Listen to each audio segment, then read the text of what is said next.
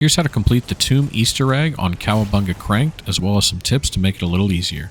Now first, when you spawn in, go ahead and do everything as normal. We always go the right side, grab that free perk, and in the meantime, while waiting for the monocle, if you're not using a wonder bar, set these lanterns up so that way you can do these murals. Now if you need a full walkthrough guide, we do have that on our page. This is going to be just a quick guide. So once you have the staff parts, go ahead and build the staff. We were able to do this by round 13. We could have been a little quicker here. And then, as always, I recommend this side of the map and this exact route. Get these crystals set up and freeze those three. Go in, grab your symbols off the meteors so that way we can upgrade the staff. Once you have those symbols, go ahead and take them back and punch them in any order to get the soul box segment. And go ahead and head in and do that little upgrade step. Once we have this complete, we are on the home stretch. The final few steps only take about 2 to 3 rounds. You can do them really quick, sometimes one. We use the timeout as well. They are really helpful here in this part of the Easter egg. So just go through and do all 4 of these crystals. Open them all up, and on the final one, this is when you want to start bringing it home and kind of having your final stuff ready for the boss fight.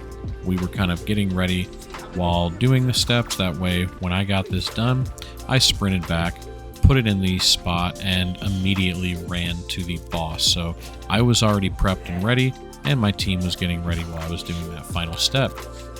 Now for this boss fight, I ended up being purple pack 3. I think that was what my team was as well. You could pop a hidden power to get gold. As long as you're purple pack 2, the fight's not too bad. And this, you just want to go ahead and do the normal boss fight. We had about 30 seconds on our timer at 20 seconds. So we just did this fight as normal. Break the amulet each time. And once you get to these specials, it definitely gets a little stressful. I always just tuned out the timer and just sprayed zombies, and then if I needed to pop my special, you just want to make sure to keep an eye on that timer because it will get away from you when you are focusing that amulet. Now I didn't put the whole boss fight because this actually ended up being a 9-minute boss fight, so we're just going to show you the highlights through this and kind of how we beat it so you guys can try to replicate it. We used these specials as much as we could whenever the zombies were low, or to save ammo. Anything to help, keep your timer up while you are focusing the amulet and taking out those damage spots. Once you get to the special phase, this is when it's going to start getting a little tricky. So after the 4th amulet here, just make sure that you are ready.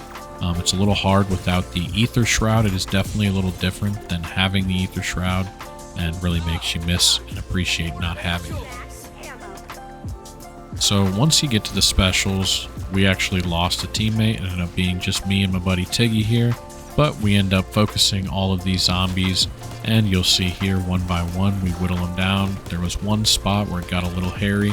I actually thought we were going to be back to the main menu, but we ended up pulling through here. The Doppel definitely gave us some hell. It was one of the more difficult ones because it was jumping all over the place, but we get that 2nd amulet and we're almost done with the boss fight. We did also keep an idolize for the final part, so that way we could do that pretty quickly. Now for the shock mimic, we had to use our special again. We always tried to synchronize them, that way we could pause our timers at the same time. And the hard part here really is trying to focus the zombies while focusing the amulet. See there, I was kind of dancing around it, trying to shoot it while dodging the zombies. I was definitely clenching there the whole time trying to get through that. And here, the final and 4th red elite. We'll go ahead and drop him. We actually end up frying him pretty fast thanks to that insta-kill. And we go ahead and shoot the amulet and clear that out. Now once you hear the bell chimes, you know you are good to go. So we go ahead and sprint up here. Homie pops his idolize, and we finish the boss fight. This was a extremely difficult mode. The Cranked definitely was the toughest on the tomb, and it was a lot of fun trying. It took a lot of gobblegums and a lot of runs, but we were happy with how this turned out. Guys, I hope this video helps you guys to be able to complete the Cranked. Make sure to join our Discord if you want any help with any zombies content going forward, and as always, happy looting, goblins.